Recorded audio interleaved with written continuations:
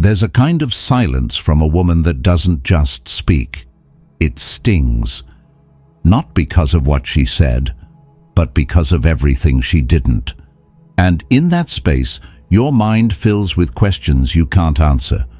You start wondering if it's already over, if her silence means rejection, if her distance means replacement.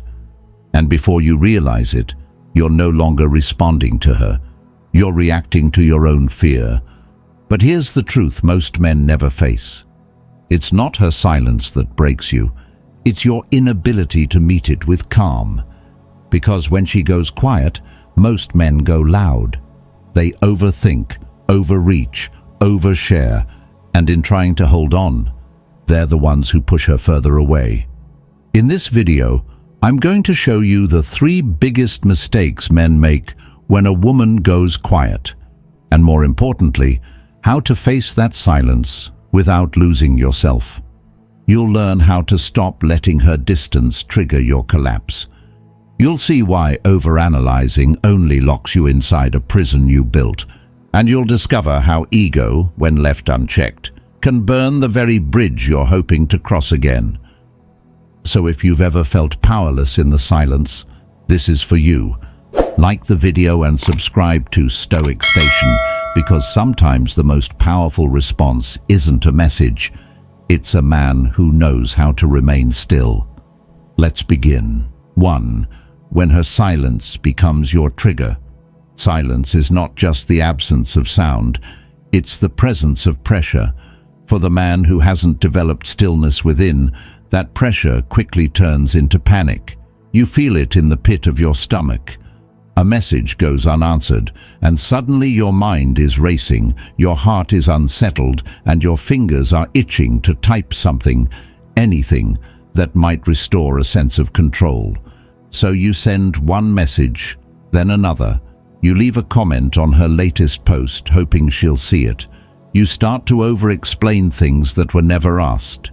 You justify, clarify, try to hold the thread tighter, not because you're weak, not because you're needy in nature, but because in that moment, you haven't learned how to sit with the unknown. You haven't yet trained yourself to resist the temptation of immediate relief. And while your words might be gentle, even caring, the message she receives underneath it all is far more revealing. Your silence controls me. That's what your actions say, not through anger, not even through words, but through the restless energy of a man who can't find peace unless she gives it to him. But real strength doesn't live in reaction, it lives in restraint. Real confidence doesn't show up through more effort, but through stillness, through the refusal to be pulled in every direction by someone else's silence. This isn't about pretending not to care.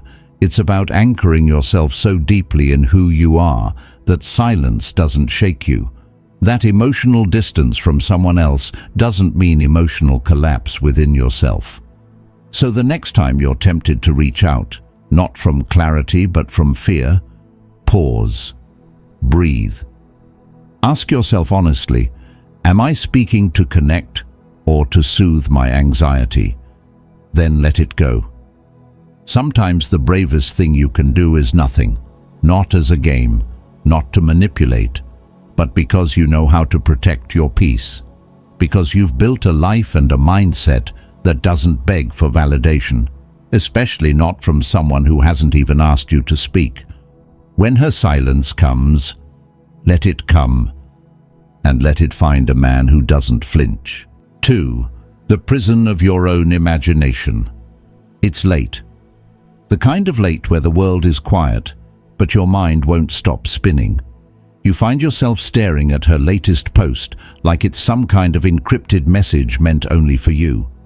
You zoom in on faces in the background. You replay the video, listening for meaning in her tone, searching for signs in the music, the caption, the angle. You check the time she was last online. You check again. You compare it to when she viewed your story. You build timelines in your head like you're solving a mystery. But the mystery isn't her. It's your inability to sit with uncertainty. Because that's what's really driving this. the fear of not knowing, the anxiety of having no clear story, and so you write your own. One where she's already replaced you, one where every silence is a sign, one where every detail online becomes a verdict. You're spinning wild theories because you can't handle the uncertainty. It's not the truth that breaks most men, it's the fiction they create to avoid the silence. The discomfort of the unknown becomes unbearable, so they fill it with the worst possible assumptions. And now you're no longer reacting to her behavior, you're reacting to a story you made up in the dark. This is where emotional self-sabotage begins, because once your imagination takes the wheel, your logic checks out. You interpret shadows as evidence, you confuse intuition with insecurity, and suddenly, every move you make, every message you consider sending, isn't based on clarity, it's based on fear. But here's what no one tells you. Freedom doesn't come from figuring it all out. It doesn't come from knowing where she is, who she's with, or what she's feeling. It comes from no longer needing to know. So when you catch yourself spiraling, when you feel your mind reaching into her world for reassurance, bring it back. Stop chasing clarity in a place where it doesn't exist. Stop looking for peace in someone else's behavior. Instead, turn inward.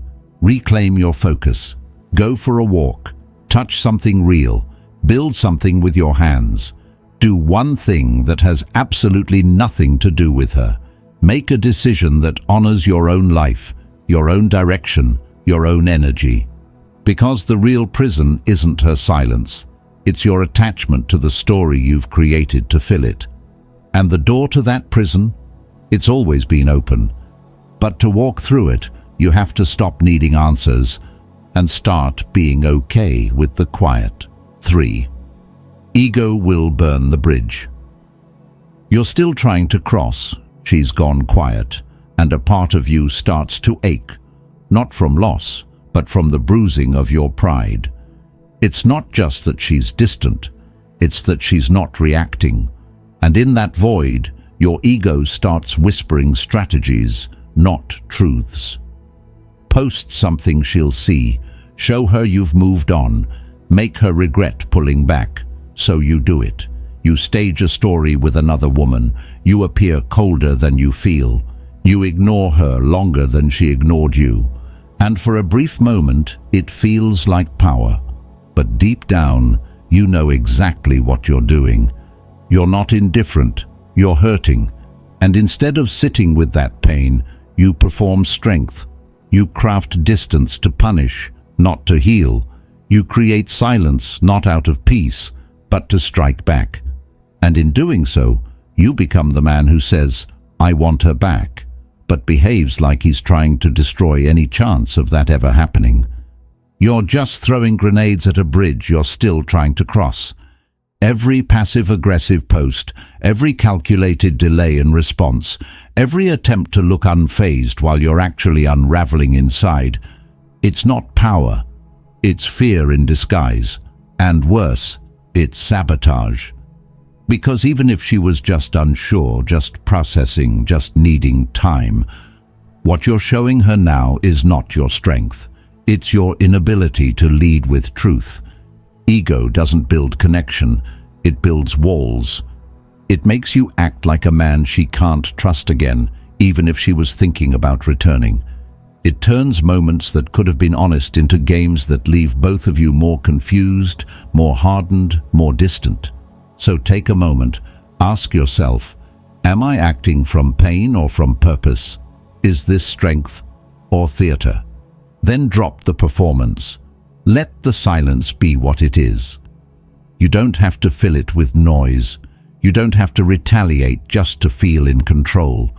Sometimes, the most powerful move you can make is none at all. Not because you're afraid to lose, but because you refuse to win through manipulation. Let her wonder why you didn't chase. Let her feel the depth of your composure. Let her remember the man who didn't play games when things got hard. Because that man, the one who stayed grounded when the silence got loud, he's the one she'll never forget. Summary: they think confidence is loud, but the kind that lasts is built in silence. She expects a reaction. She expects the message, the apology, the effort to explain what went wrong. She expects you to seek closure, to fill the silence with desperate noise, to try and fix what's unclear. That's the pattern she's seen before. That's the man she thinks you'll be. But when you don't, when you resist the pull to perform, to plead, to prove, something shifts. When you simply breathe, hold your posture, and remain calm in the space she's left behind, you become something most men never master: steady. In a world where everyone is yelling for attention, a man who can keep his composure always stands out. Calm is rare, self-possession is powerful, and silence, when it's rooted in clarity, not resentment, speaks louder than any monologue. You don't need to raise your voice to be heard. You don't need to chase to be chosen. You just need to walk with intent, grounded in who you are, and let her feel the difference between noise and presence. Let her feel your stillness, not as punishment, but as proof. Proof that you're not the man who needs her to validate him. You're the man who's already enough. If today's message made you pause, take a deep breath, and realize you don't have to react just to feel safe, then guess what? You've already taken the first step toward emotional clarity. But here's the twist. When you finally go quiet, when you pull your energy back, the first person who changes isn't you, it's her. So, what happens when you stop explaining? When you stop chasing? When your silence becomes the one thing she can't control?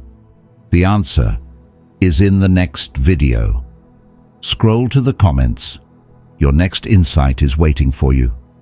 And if you're ready to stop reacting and start reclaiming your energy, like this video and subscribe to Stoic Station. Because silence is where your power begins.